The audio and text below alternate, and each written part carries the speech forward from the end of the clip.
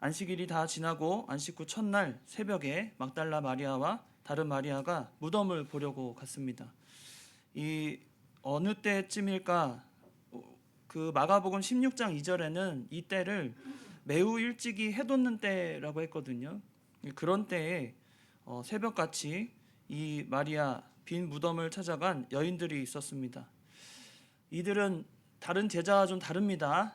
다른 제자들은 예수님이 십자가에 못 박히시고 그때부터 벌써 도망친 제자들이 허다했고, 또 베드로는 수제자라는 이름에 걸맞지 않게 예수님을 부인하고, 그러나 이 무덤에 찾아온 막달라 마리아와 이 다른 마리아는 다른 본문에서는 두세 명, 더 많게는 4명까지도 보기도 하지만 이 여인들은 그렇지 아니하고 예수님의 그 무덤을 위치와 또 어떻게 장사됐는지를 살피러 온 것입니다.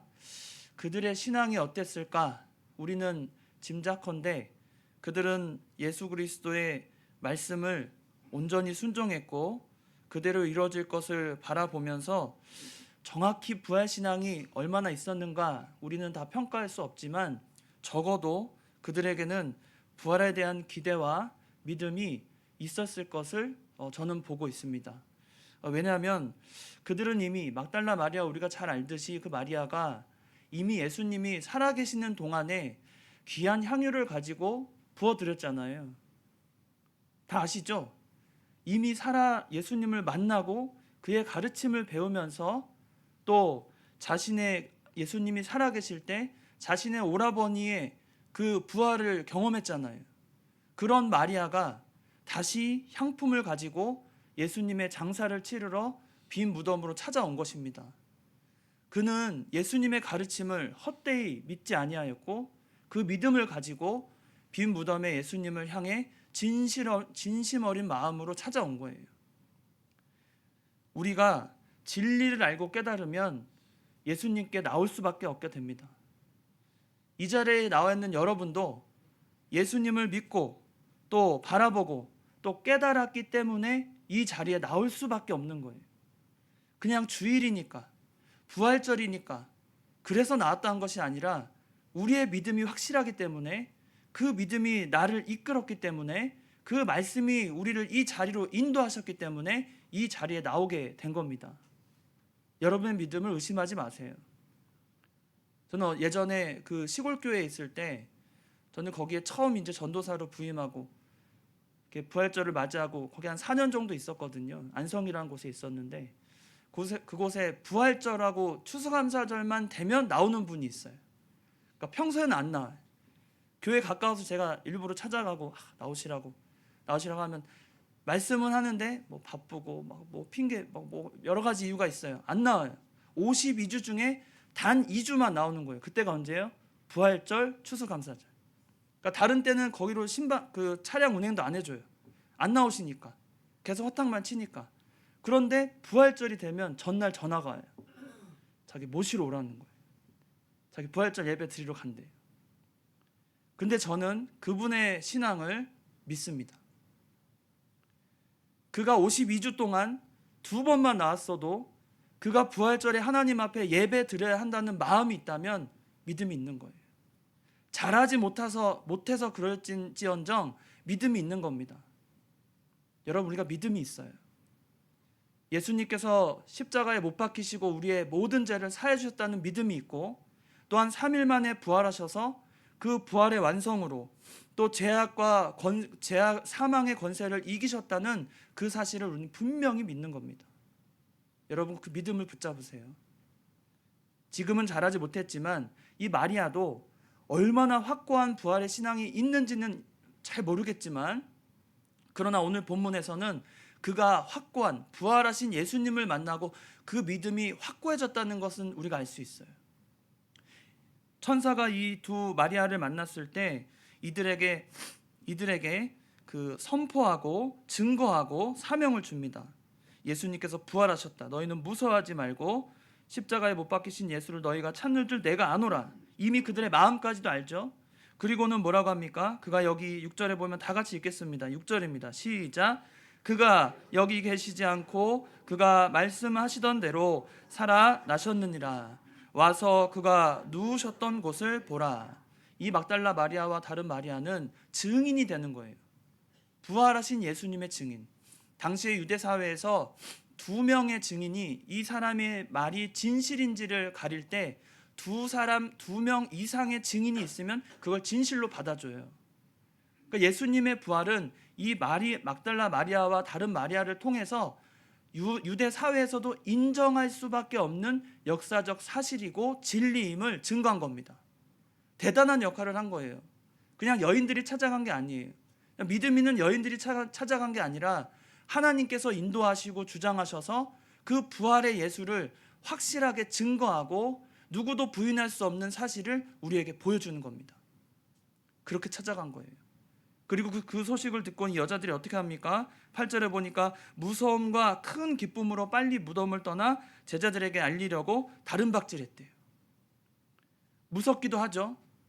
그 놀라운 모습에, 천사의 그 놀라운 모습, 평소에는 눈에 보이지 않지만 그때는 특별히 눈에 보이게 하셨고, 그 놀라운 모습을 본 그 여자들은 무서움도 있고, 그 안에 또 그 성경대로 나셨다는 그 소식을 듣고는 왜 이 소식에 크게 기뻐했냐면, 평소에 예수님이 제자들을 통해서 뭐라고 그러셨어요? 3일 만에 부활할 것을 늘 가르치셨잖아요.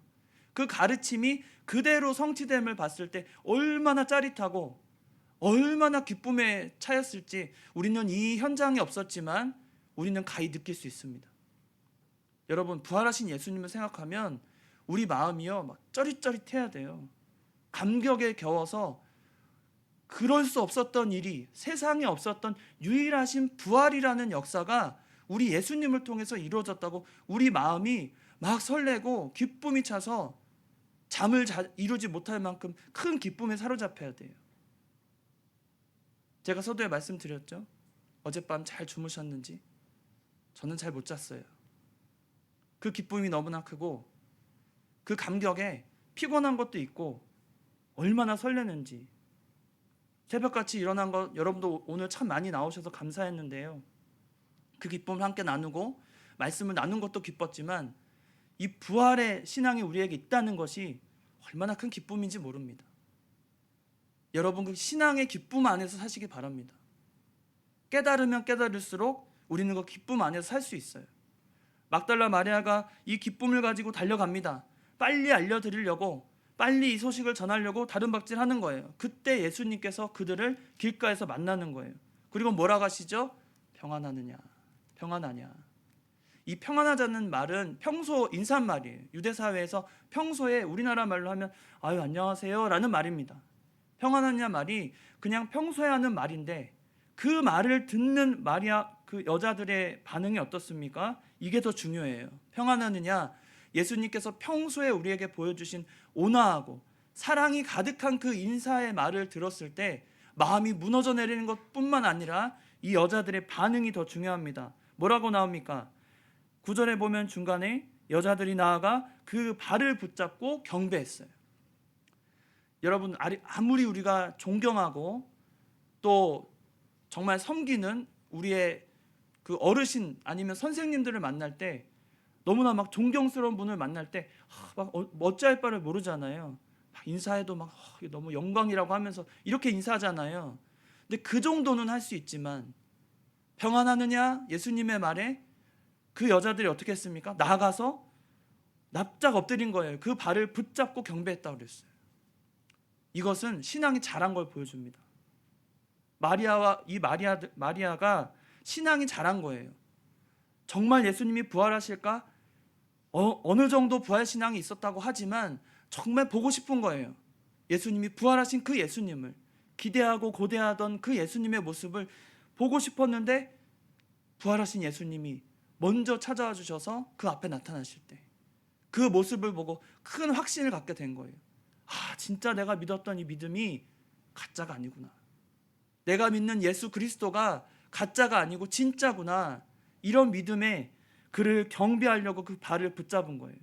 이때는 그냥 선생 예수가 아니라 나의 구주, 나의 영원하신 주, 나의 주인, 나의 영원하신 하나님, 나의 기쁨, 나의 소망, 나의 붙들 유일하신 예수 그리스도, 그 신적인 권위 앞에 엎드려서 겸손히 그를 경배한 것입니다. 우리가 이런 신앙이 있어야 돼요. 부활의 주님을 만나러 오신 여러분, 어떤 믿음을 가지고 이 자리에 앉아 계십니까? 어떤 마음으로 우리는 이 자리에 나와서 이 놀라운 축제, 축제라고 표현하기도 힘든 인류에게 주신 최고의 날에 여러분은 어떤 마음으로 부활하신 예수님을 맞이하시려고 이 자리에 나오셨습니까?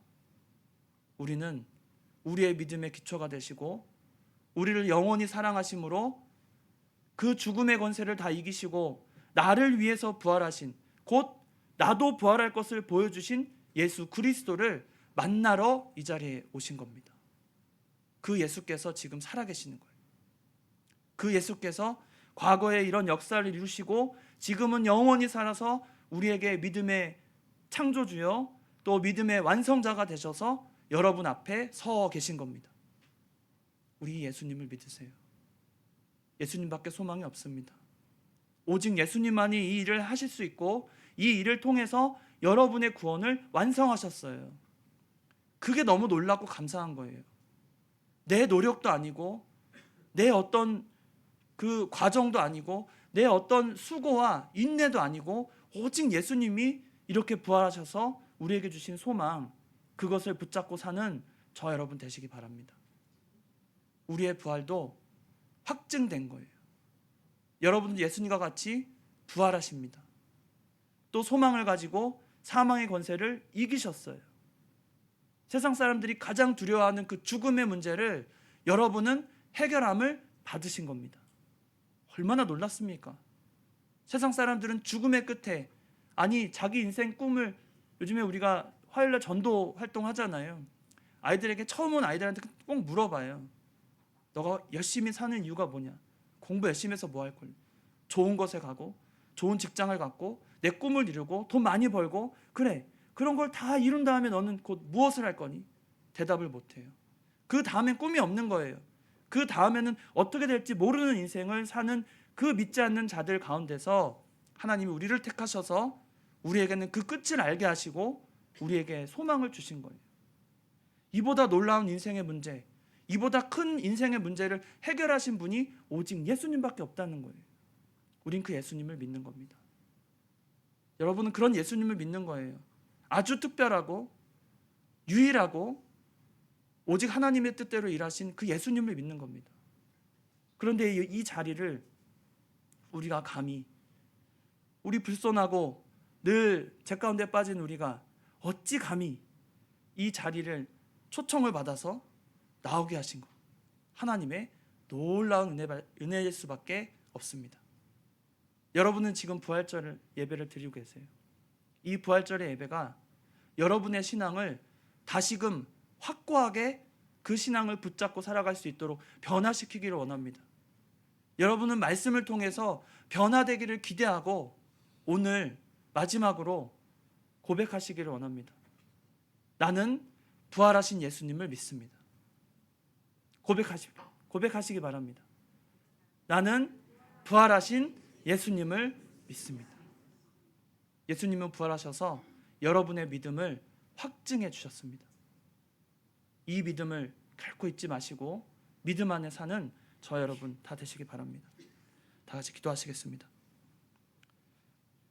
살아계신 하나님 아버지, 오늘 부활절 감사 예배로 주님 앞에 나오게 하심을 감사를 드립니다. 예수님께서 우리의 온갖 죄를 다 짊어지시고 십자가의 고통과 또 죽기까지 성부 하나님께 순종하신 후에 말씀대로 3일 만에 부활하셔서 우리에게 참 소망이 되어주시고 우리의 부활의 첫 열매가 되셔서 우리에게 참된 소망과 기쁨과 구원의 그 놀라운 은혜를 베풀어 주심을 감사합니다. 우리의 믿음의 기초가 여기에 있사오니 우리가 이것을 결코 잃어버리지 말고 늘 생각하며 담대하고 굳건한 믿음으로 자라나게 하여 주시옵소서. 아버지께서 말씀 가운데 우리에게 은혜를 주시고 늘 동행하시며 우리를 가르쳐 주시고 이 부활의 신앙을 늘 붙잡으며 살아가는 저희들이 다 되도록 역사하여 주시옵소서. 거룩하신 예수님의 이름으로 기도드리옵나이다. 아멘.